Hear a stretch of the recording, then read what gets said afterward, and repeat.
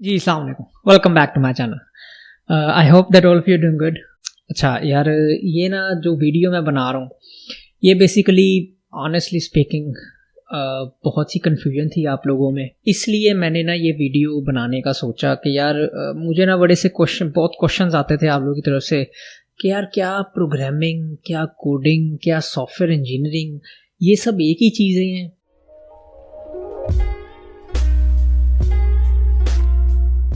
जो कोई एक वेब डेवलपर है क्या वो सॉफ्टवेयर इंजीनियर भी है, जो कोई एक मोबाइल डेवलपर है क्या वो सॉफ्टवेयर इंजीनियर भी है। इस तरह की कन्फ्यूजन्स और इस तरह के क्वेश्चंस आप लोग बहुत ज़्यादा जो है पूछ रहे थे और मैंने कमेंट्स में भी नोटिस किया, कुछ वीडियोस में ये आए हुए थे comments.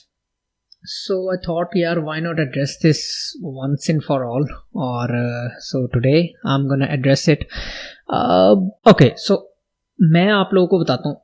I work in Python. I use frameworks like Django.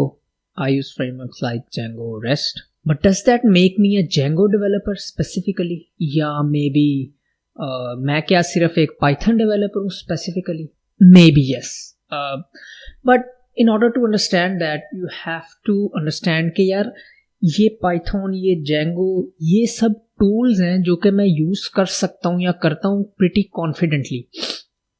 अब इन टूल्स के साथ मैं काम करता हूँ, बट क्या मैं इन्हीं टूल का डेवलपर हूँ? इन्हीं टूल के डेवलपर से मुराद कि क्या मैं सिर्फ पाइथन, स्पेसिफिकली पाइथन डेवलपर कहलाऊँगा या स्पेसिफिकली जेंगो डेवलपर कहलाऊँगा? नहीं, मैं इसके अलावा भी बहुत काम करता हूँ। उसकी मैं आपको एग्जांपल देता हूँ, बट उससे पहले स्पॉन्सर का मैसेज ज़रा सुन लें। भाई को स्पॉन्सर्स आने लग गए हैं, तो मैंने सोचा यार स्पॉन्सर का एक मैसेज बनता है इस पॉइंट पे।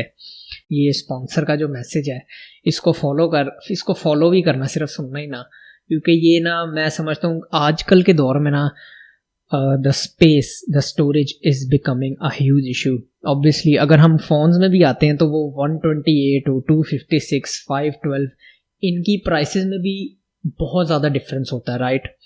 तो उस डिफरेंस को केटर करने के लिए ना यहाँ पे क्लाउड प्लेटफॉर्म्स आते हैं, क्लाउड स्टोरेजेस आती हैं, और ये स्पॉन्सर उसी चीज़ को केटर करता है। Let's go to the sponsors message and then will come back and continue the video. MultCloud is a cloud file manager that can help you transfer files between cloud services without the process of downloading and uploading. You can add your different cloud storage platform and connect those with Multicloud using its user-friendly UI with only few clicks.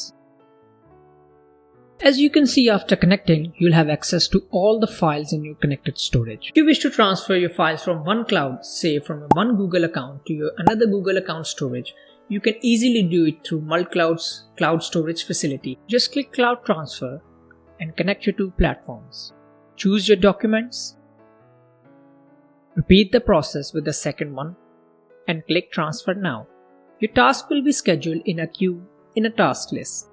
You can even view details of the task, and just to confirm that it actually works, I'll go to my second Drive account and search the transfer file, which is Bridgetown. So this way your intra-cloud transfers have become a lot easier with Multicloud. In the description, I've added a giveaway link which will provide you free 200 GB of storage just to start with the platform, and it's all free of cost. So click on the link below and enjoy your cloud journey. So coming back to the video. So say for example, अगर मैं खाली Python developer होता और एक client मुझे कहता कि भाई वेबसाइट बना दी है आपने, अब इसको डिप्लॉय भी करो, और मैं उसको आगे से कह देता कि यार नहीं, मैं तो सिर्फ डेवलपर हूँ, पाइथन डेवलपर, मैंने कोड लिख दिया, डिप्लॉयमेंट आप किसी और से करा लो, डेवऑप्स का काम किसी और से करा लो, मैं नहीं ये कर सकता।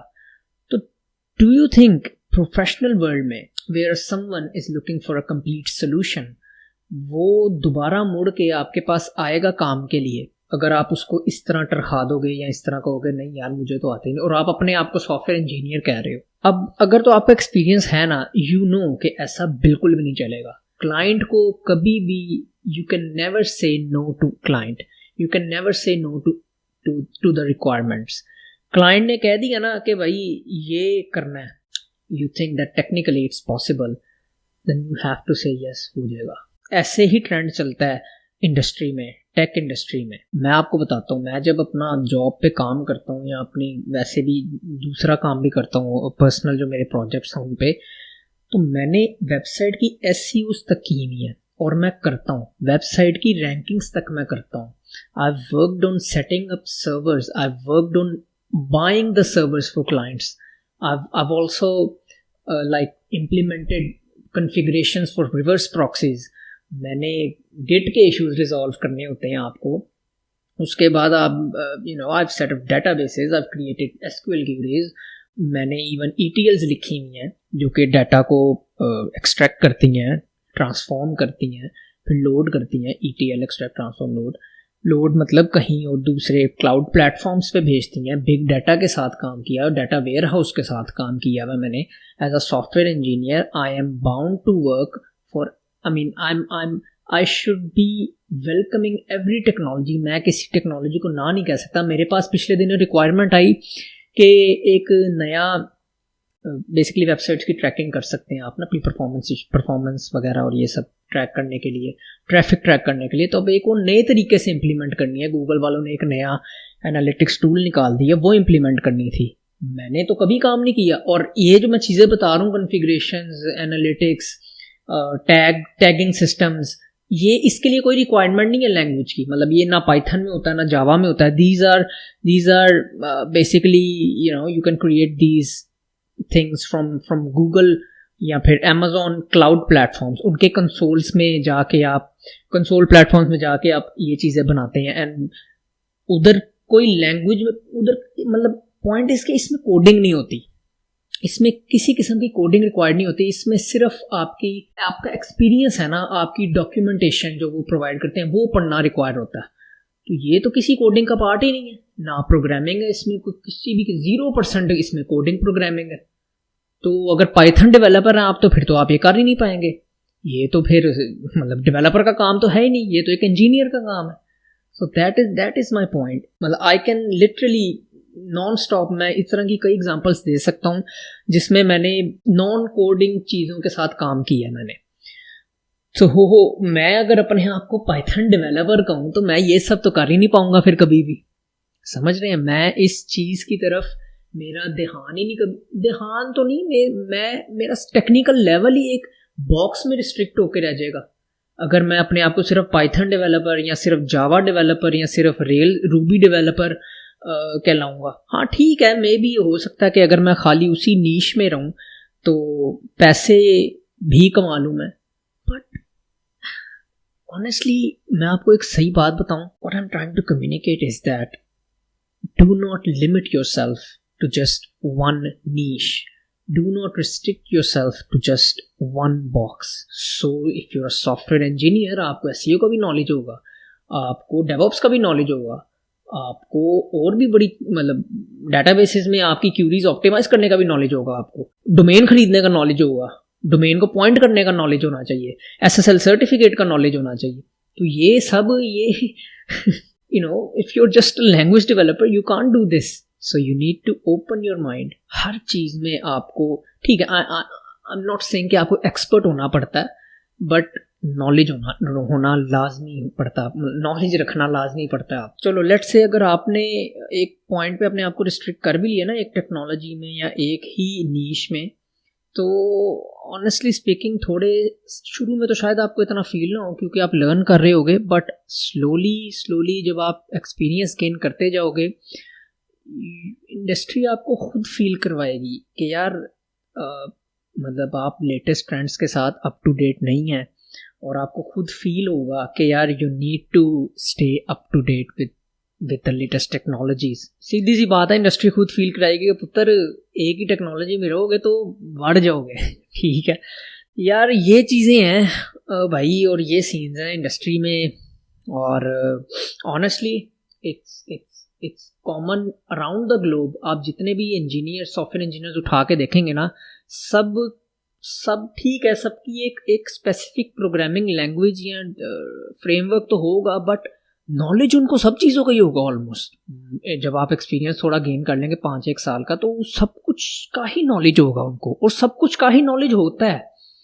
बिकॉज मैंने बताया ना, एज अ सॉफ्टवेयर इंजीनियर आप लिमिट नहीं कर सकते अपने आप को. आई ऑल्सो अंडरस्टैंड कि यार समटाइम्स ना ये बड़ा ही एक फ्रस्ट्रेटिंग हो जाती है चीज़. It gets really frustrating, sometimes it becomes really overwhelming there is a vast pool of knowledge out there and you have to get your hands dirty in everything.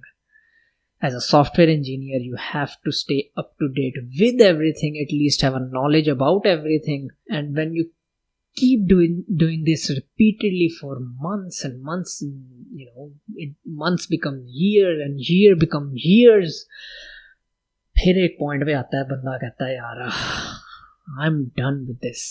But this is how it is in the industry. That is why it is the highest paying job, highest paying industry around the world and in Pakistan as well. तो I hope यार आपको कुछ अंदाज़ा हुआ होगा कि अब software engineer actually होता क्या है. ठीक है, programmer, coder, web developer, mobile developer, ये सब तो वो होता ही होता है. बट उसके साथ सॉफ्टवेयर इंजीनियर इटसेल्फ एक इंजीनियर होता है. he or she crafts solutions. उसको जब कोई प्रॉब्लम दी जाती है तो वो ये नहीं कहता कि नहीं, वो कहता है कि ठीक है इसको देख लेते हैं. अब जिस तरह फॉर एग्जांपल कल की बात है, बल्कि मेरा एक दोस्त, हालांकि उसका ना वो कोई लेना देना नहीं टेक से, उसकी एक वो इंडस्ट्रियलिस्ट है छोटा सा, और मतलब उसकी एक ना कारोबार है, छोटा सा बिजनेस है, उसकी एक फैक्ट्री है.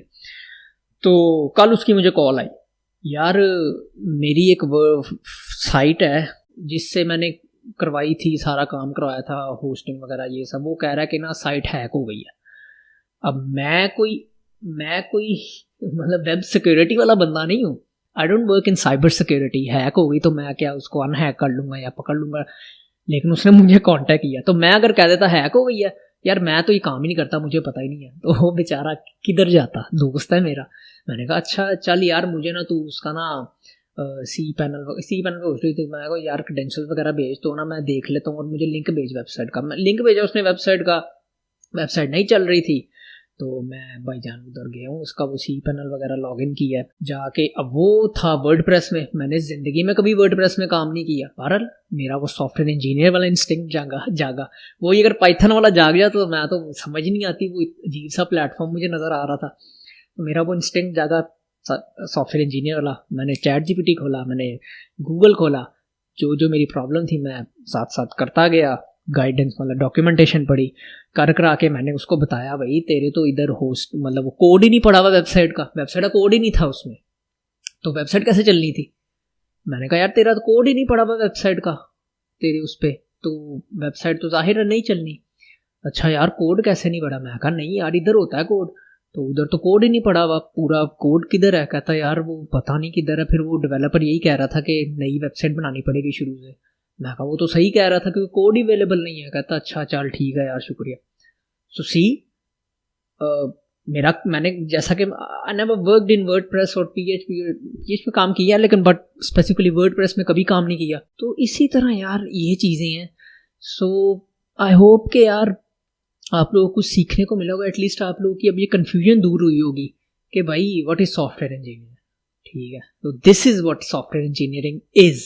सो मुझे उम्मीद है यार again at the end of the video I hope आप लोगों को चीज़ें समझ आई होंगी, कन्फ्यूजन्स दूर हुई होंगी.